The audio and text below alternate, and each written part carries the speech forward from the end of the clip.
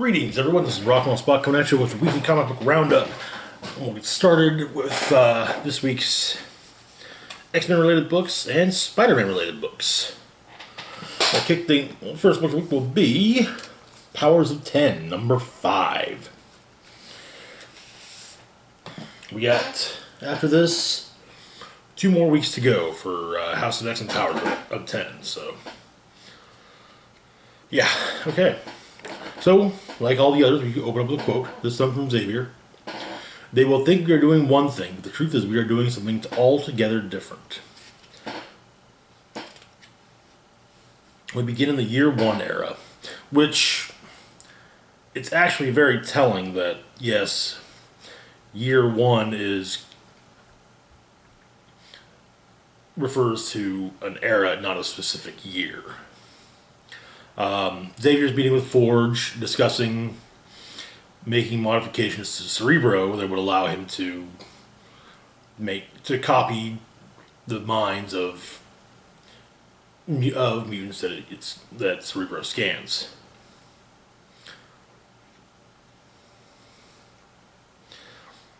So currently he's on the 4th generation, so the next one will be the 5th. And so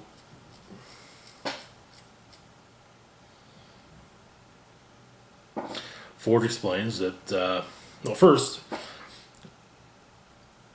Charles explains that he brought up the subject first with Beast, who basically, straight said, it can't be done. What you want to do cannot be done. Sorry, Charles. And Forge, like, well, he's Beast. Beast is smart, but what you're looking at is a bit beyond the good doctor's expertise. But Forge goes on to explain that there are 2 problems Xavier has. One is volume. There are a lot of mutant minds out there, and that number is growing every year. Then there's redundancy. In the micro, you'll be talking about a database of all mutant minds that's going to have to account for updated versions of each mind. For example, the difference between who you were last year and who you are this year. And in the macro, you're going to need duplicate versions of the entire system because you can't afford to ever lose the data. So at least 1 backup is needed. Xavier actually explains he'd prefer 5. 1 main unit, 3 backups, and an additional 1 for unforeseen complications. And basically, he goes on to explain, we'll be using Shi'ar tech, so... And Forge says, okay, well, if you want me to build this entirely new system, this whole thing, do you want it to be a new system, or do you want it to be just integrated into the existing system? And Xavier says, hey, that's your call, man. You're the one making it. We're going to get a write-up on Cerebro, which I'll get into at a later date. Now, well, the present era, before the founding of Krakoa at the Louvre.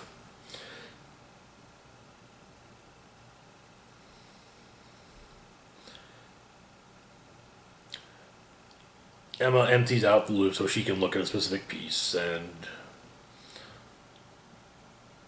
is met by Charles and Magneto.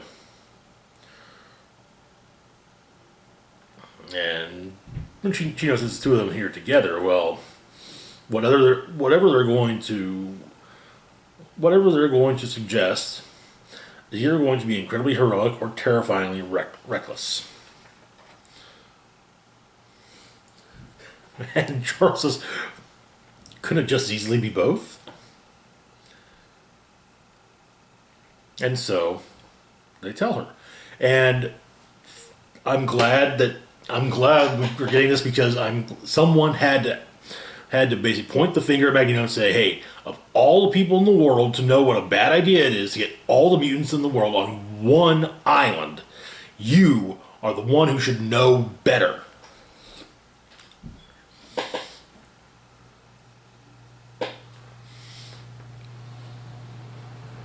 And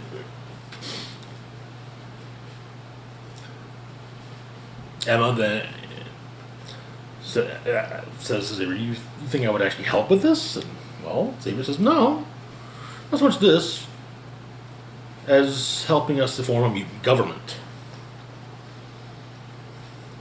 And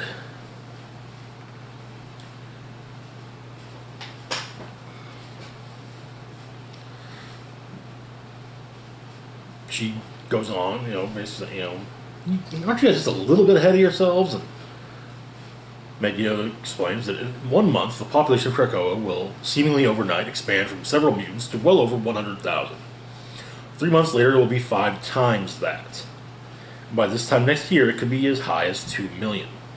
We're not ahead of ourselves, Miss Frost. We are woefully behind.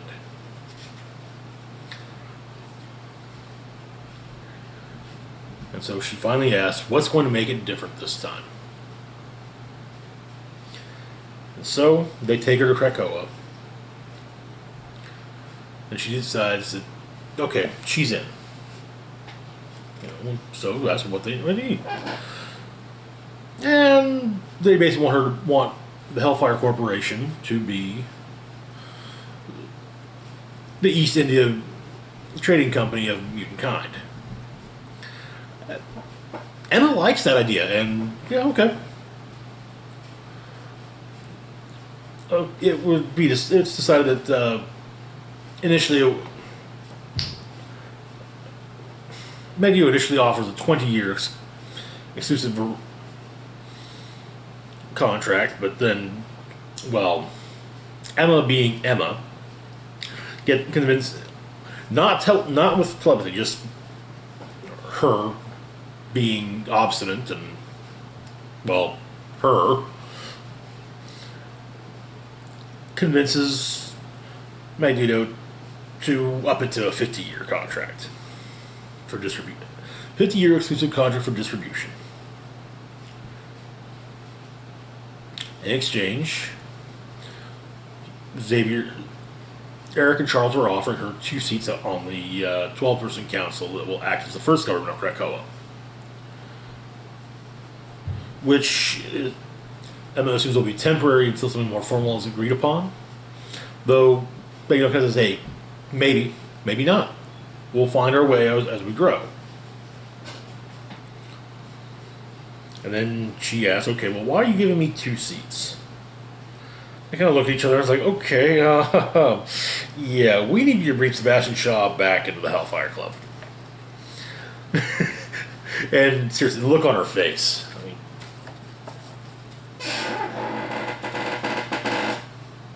it's priceless. I just got rid of him. But Charles explains that they need Emma to be the legitimate the face of legitimate trade with the nations of the world.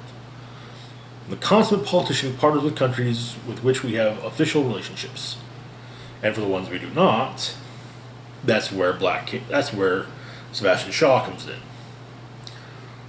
running the black market in those countries, running black book operations in the countries who reject their sovereignty. Get the drugs in, get the mutants out. And then she adds an additional term, give me a 3rd seat on the council, and yes, we got a deal. There's a brief write-up on the council, though, yeah.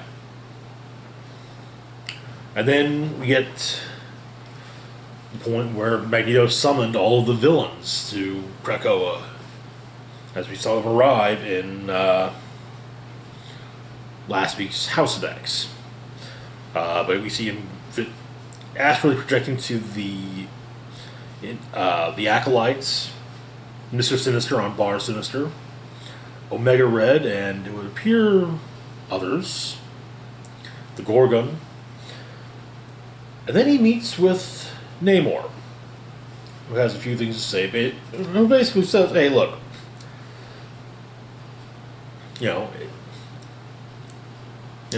it's kind of you to ask.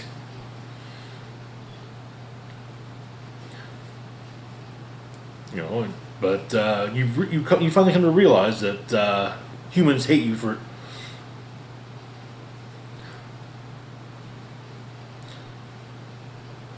that humans hate mutants because of their superiority.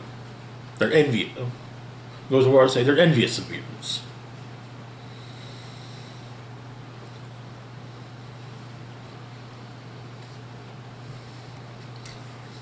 And he continues to say, it's good you finally realize this, but I'm not someone who's just now realized how much better I am than everyone else.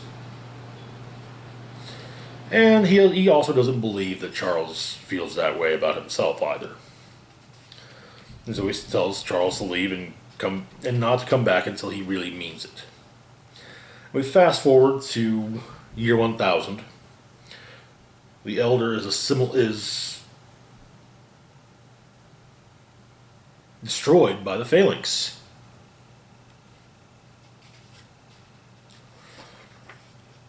And so the librarian asks Nimrod, why did they destroy her? And Nimrod explains that just kind of explain what's going on. That all matters when we convert.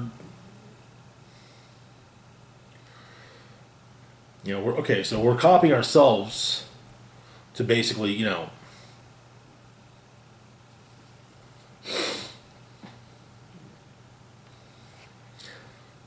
okay. Whew. All right.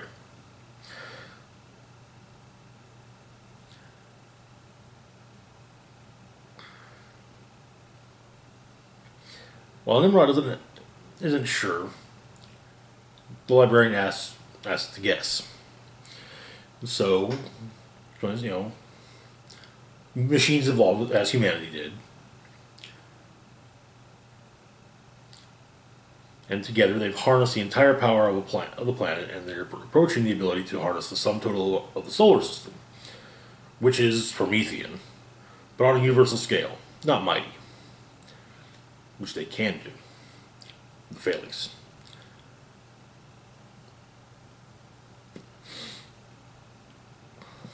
And he explains that the Phalanx are actually very similar to him in how they're composed. As he's composed of self-improving, self-replicating machines, as are the Phalanx. They're more sophisticated, but similar. However, the Phalanx do have masters, and they are most likely machines made of machines as well, but not technological. They're probably constructed using the fundamental components of all things: elementary matter, universal particles, electrons, protons, leptons, maybe even primordial carbons. But these constructs would be massively dense machine brains that would dwarf any thinking machine that could be imagined by humanity at this point in time. The real question, though, is how dense are they? Because if they are dense enough, then they could collapse space and time around them and become singularities. Which then comes to the Titan theory. The idea being at the heart of a black hole is the universe. There's actually a supermassive machine brain, each one containing the collective intelligence of society so advanced that it collapsed in on itself. And so it's brought up, what is a black hole? It's a wormhole. It's a bridge from one singularity to the next. So you have to consider that it's very possible each black hole isn't a separate machine. It's all one single machine that stretches its tendril across the entirety of the known universe. One giant societal intelligence so far beyond us, it might as well be that God mankind spent so much time looking for. Although the librarian doesn't feel that this did not answer or didn't explain why the Phalanx had to ate the Elder.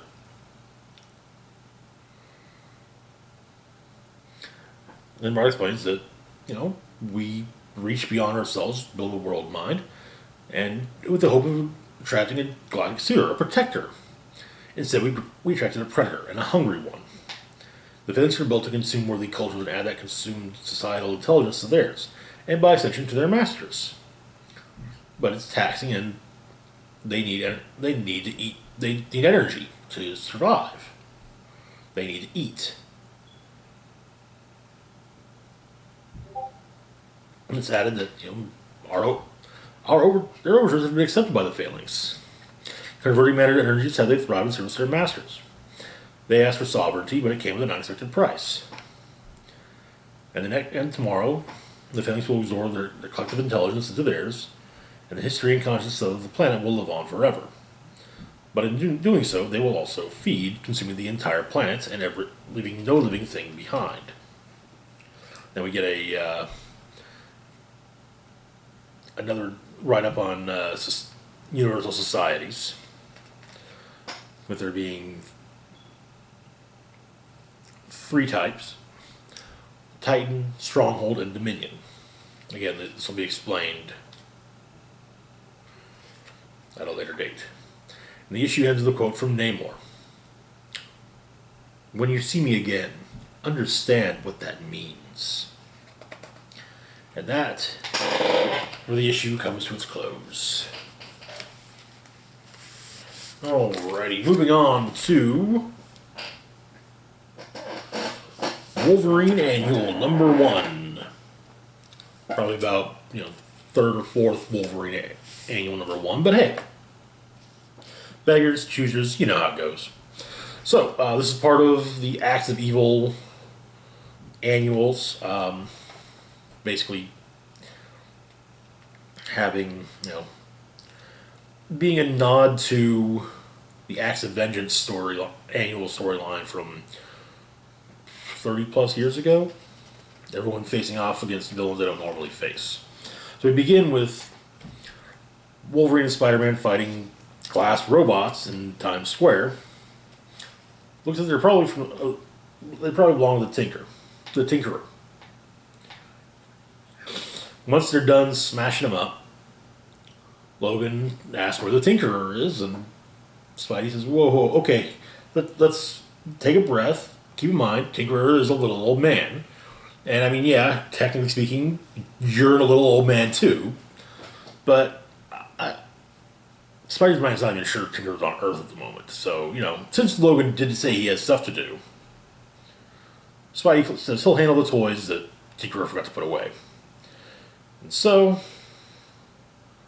Logan says, okay, fine. And leaves.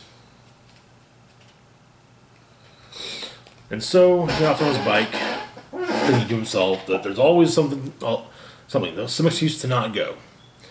He's good at a lot of things, but apologies ain't one of them.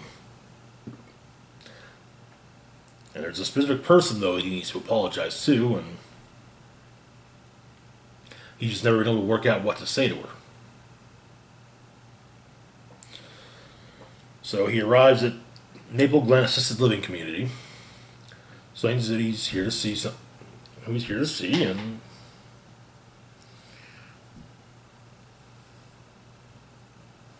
somebody says he's a friend of the family. So he goes, he explains he should have brought flowers or maybe bourbon, because, hey, she always liked bourbon. He goes in.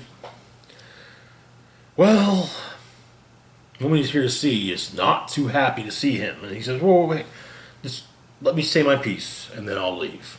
And so we flash back to 1938.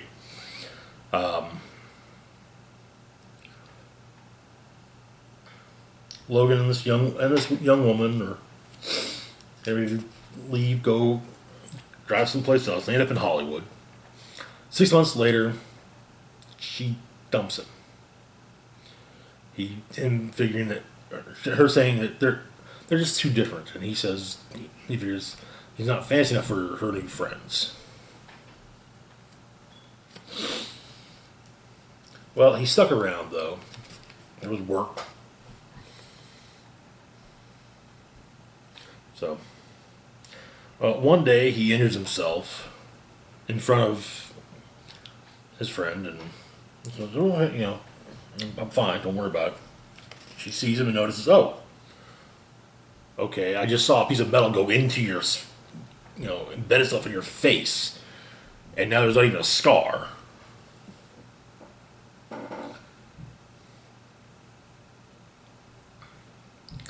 He figures he's gonna head on out, and just, he's gonna leave, but she needs to forget that she saw anything. So he goes back to his place, packing up to head out. And Celia, a young woman, comes to see him, and she says she couldn't forget.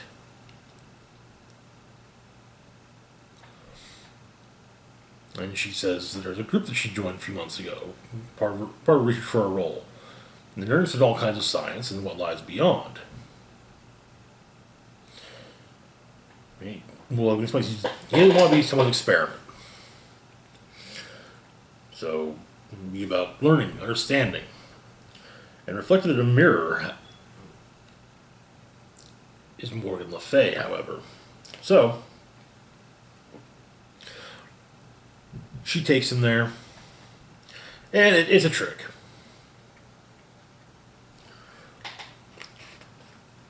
Morgan Le Fay's possessed her, and, well,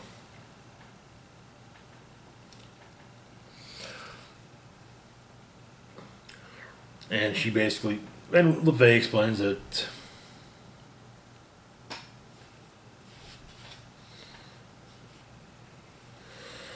no matter what, no matter where or when, the Avengers persist in being, no matter where or when her magic reaches, the Avengers persist in being vexing.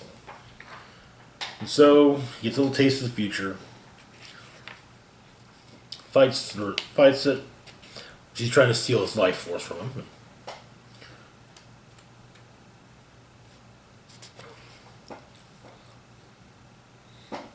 Breaks the spell, and cuts Celia on the chest, causing Morgan Le Fay to leave. But Celia's still there. So Logan just leaves. And he explains, cut back to now, and he explains that he's done a lot of things he's not proud of, and he's hurt a lot of folks. Most of them aren't around to apologize to. But she is, so he's there to, he's there saying he's sorry.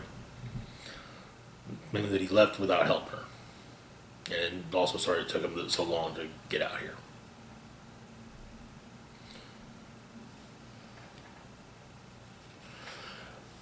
Turns out, though, she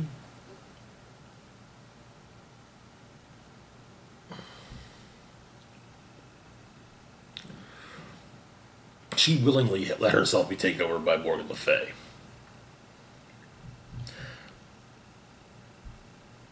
She was the one to make a deal for eternal youth.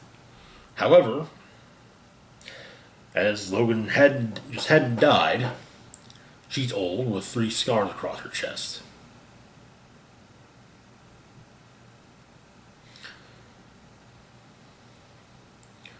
So she says, Logan ruined her life. The least he can do is end it. And he says, no. She accuses him of being a coward and afraid of an old woman. And he says, no, I'm not afraid of you. But I was here to say my piece. And he adds that he couldn't give her what she wanted, then or now. And once again, as he passes by a mirror, Morgan Le Fay looks out at him.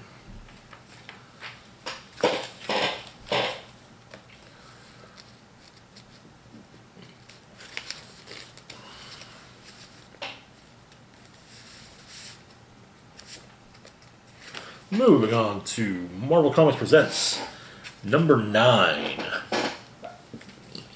So, yeah, normally I've been putting Marvel Comics Presents with Miscellaneous Marvel. This one, however, features, of course, the Wolverine story, The Vigil, as well as a different,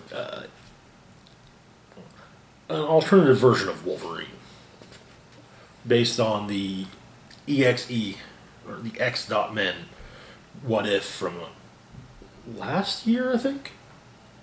So, we left off in The Vigil. Logan and his daughter had gone to hell to stop in an effort to kill the truth. And they found Rion's mother. And they tell her their plan, and she says, "Yeah, you can't kill the truth, especially in hell." behind, the meaning behind its name is that everything dies. And since the demons lie, yes, everything dies, everything but it, the demon named the truth. Everything dies except the truth itself. So, the principle guides it makes it seek the death of everything but itself. So, the truth shows up. Logan says, "Hey, I'll distract him. You girls do your magic." So they come into a room, the hell of doors. The hell of many doors. Each one opens a moment from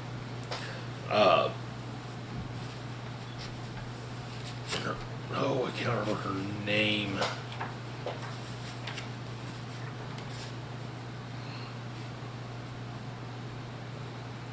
Sylvie. Each one going to a moment in Sylvie's life. But they're more like windows, so.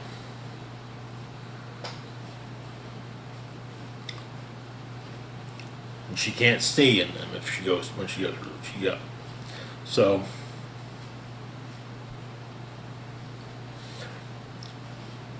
Sylvie and Rienne combine their power while Wolverine continues to fight off the truth.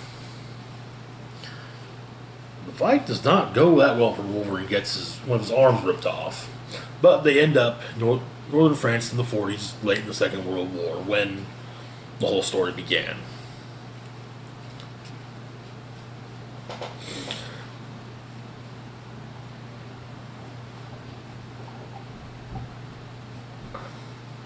And so the two truths see one another.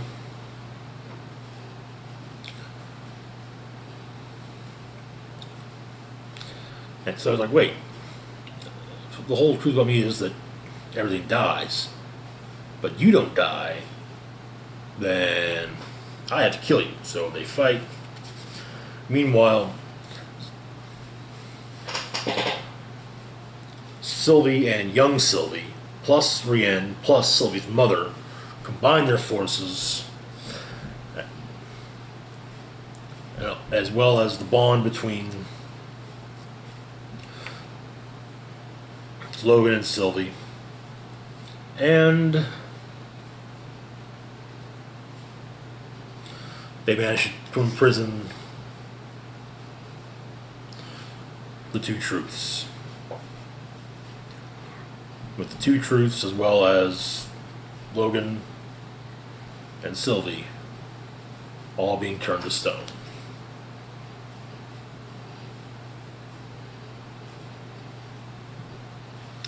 And Rienne introduces herself to the 1940s version of her father and gives him a hug as the story ends. Now we've got the EXE men. So, okay, in the story, there's the X/Scape, cyberspace, a neural simulated environment, extension of the internet. It's where everyone goes to escape a reality that's gone to hell. Virtual playground with nothing but rules. Rules which are designed to keep users caged in. The problem is, some people have found a way to break the rules. The X gene, X spelled EXE. Genetic gift that allows us to alter the programming of cyberspace. Simply put, they got powers. This user's name is Wolverine, and this is his territory, where he takes care of corrupt users like Clan Yoshida. And he's the best nerd at what he does. So, it turns out his real world, in the real world, he's Abraham Cornelius. Nice little nod to everything, but yeah. Anyway, presumably Dr. Henry McCoy found a way to let Wolverine operate in both worlds. But yeah, in the Clan Yoshida territory, back in back in what's it called? X Escape, Wolverine plows through the various Yoshido members and then ends up going after the big boss. Username Silver Samurai. Silver Samurai has a whole 10 arms, and is gigantic. So Logan fights his foe and eventually manages to beat him, slicing off all of his arms. The Silver Samurai asks Logan to please kill me here. It's less painful. Wolverine explains that the samurai don't deserve that honor. And so in the real world, he goes to track down where the Clan Yoshida leadership user is. Turns out it's 10 users. And so he unhooks each and every one of them. He explains that killing people in cyberspace is easy. Everything is, because they ain't quite real. But if you want to be the best there is at what you do, doing what's easy doesn't cut it. You gotta live in both worlds. And so the story ends. And I think this is actually the final issue for Marvel Comics Presents. As I don't think there's one still on the solicit for next month, or November, or December, so. Moving on to Ghost Spider #2. So, where we left off, Gwen Stacy was getting ready to start school at Empire State University on Earth 616, while still living on Earth 65 with her father, Captain George Stacy. However, a recently apprehended criminal known as Man-Wolf had reverted to his human state and was ordered released by the mayor, J. Jonah Jameson. And so, basically, they had all manner of paperwork saying, yeah, you got to do it. So, Man-Wolf, who had been working for the Jackal, was released. Also, Professor Miles Warren of Earth 616 has noted the arrival of young Miss Stacy. So we begin with Gwen learning the news of Man-Wolf's release. But Captain Stacy assures her, hey, we've got people keeping an eye out for him, okay? So she heads out for school.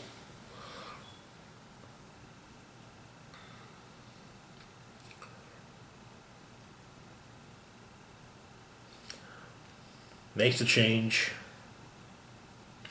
Heads in and, well, makes a friend in her first class, her political science class.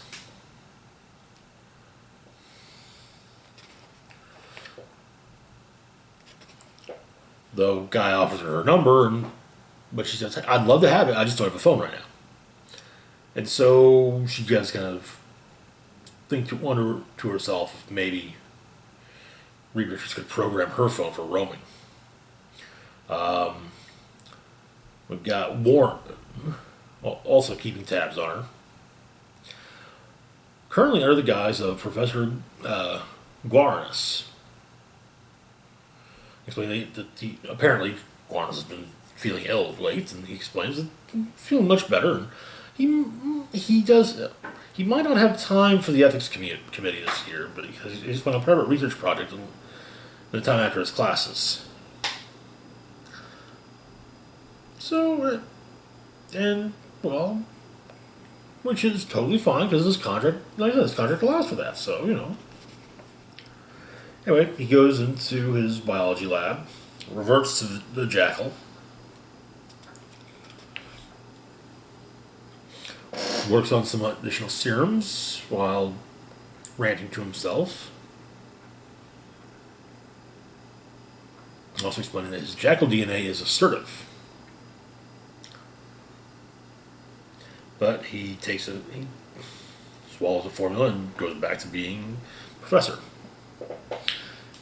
In another class, media studies class, Gwen makes another friend in the form of Benji, a young woman from Melbourne, Australia,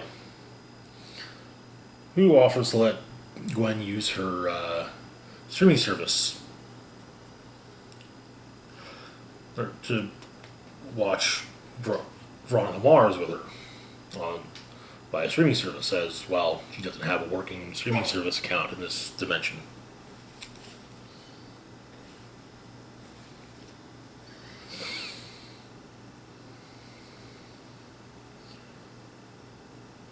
And apparently there wasn't a Veronica Mars on Earth 65, but there was Victoria Mars. And so then she goes to her next class is Intro to Bioethics, taught by Professor Kurt Connors and his teaching assistant, Peter Parker. So Peter and Gwen touch base after class. She pops back home, picks up the 17 texts she got. But her spidey sense goes off, and she has to save a couple of tourists from the Man-Wolf's thugs, who she leaves webbed to a wall. And she lets Captain Stacy know what's going on, and then she heads back to Earth 616. And it turns out that Benji was actually her befriending of Gwen was arranged by Professor Warren. But Benji does want to make sure nothing wrong, nothing bad's going to happen. No one's going to get hurt. Everyone's going to win on this one. Including Gwen. And Warren says, oh, especially Gwen. Yeah. Seeing as how, historically speaking, Miles Warren was extraordinarily romantically obsessed with Gwen Stacy, to the point where he cloned her multiple times, apparently, as well as Spider-Man himself and anyone else that, might want to clone. Yeah. It's also the guy who hired the Punisher to kill Spider-Man for the death of Gwen Stacy. Moving on, we've got Spider-Man Velocity number 2. Oh well. So where we left off here, Spider-Man was testing it as a new suit to test out. Meanwhile, MJ is investigating a series of food disappearances in New York. And seemingly pissed off a ghost. So we begin with Peter and MJ opening a magic shop called the Black Rabbit, owned by one Quentin Beck. Yeah, Mysterio. So they set up a seance, and stuff happens. Lots of stuff. And Beck sounds like, wow, okay, that was crazy. And apparently he's been filming the whole thing, so he basically says, hey, look, I will refund your money for this if you let me post the security video on my YouTube channel. But MJ's like, okay, yeah, sure, but you have to send me a copy first. And so MJ tells Ben Urich what's going on. Well, Ben explains, hey, I got some videos.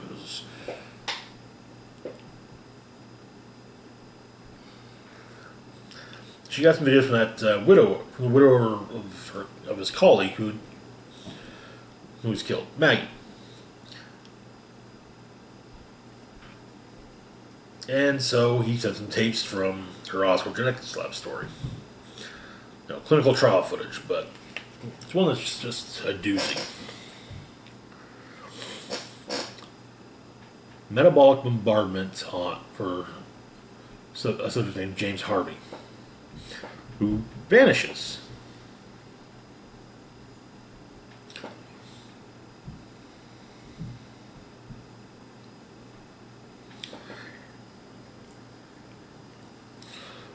And they're kind of in shock that they just killed someone. But Ben explains that unless the timestamp of the video is wrong, Maggie, the former reporter, logged multiple interviews with James Harvey months after the video was shot, so he's not dead. Robbie gets on to MJ about the food disappearance story, and, well, yeah.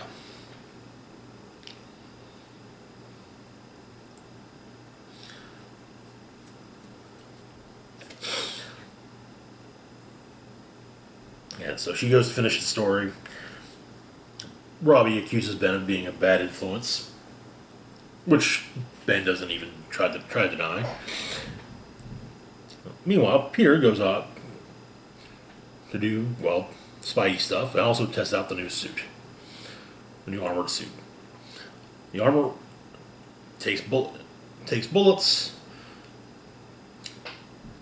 His mobility isn't locked up, and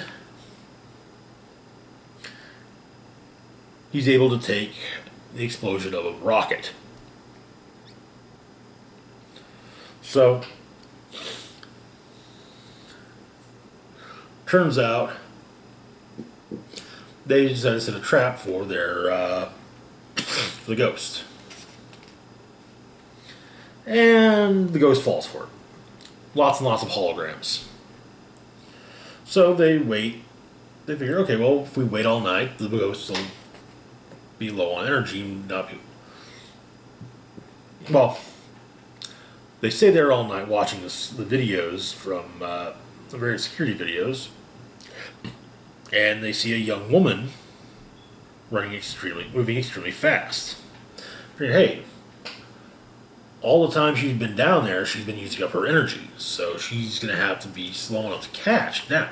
So Spidey goes to catch her. She's not happy. She can still move fast. She's now visible, but not too fast to be seen. So there's a bit of a fight between the two, and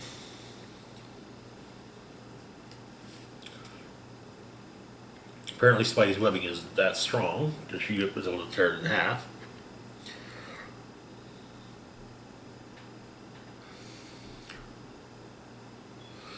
And she manages to have a conversation, she manages to threaten Spidey while eating and get ready to attack him. And that's where the issue comes to its close. That's it for this part of the weekly comic book roundup. As always, feel free to like and subscribe. Links to my Facebook, Twitter, Patreon, and PayPal can be found in the description box down below. This is Rock and Roll Spock signing off, saying, live long and rock hard.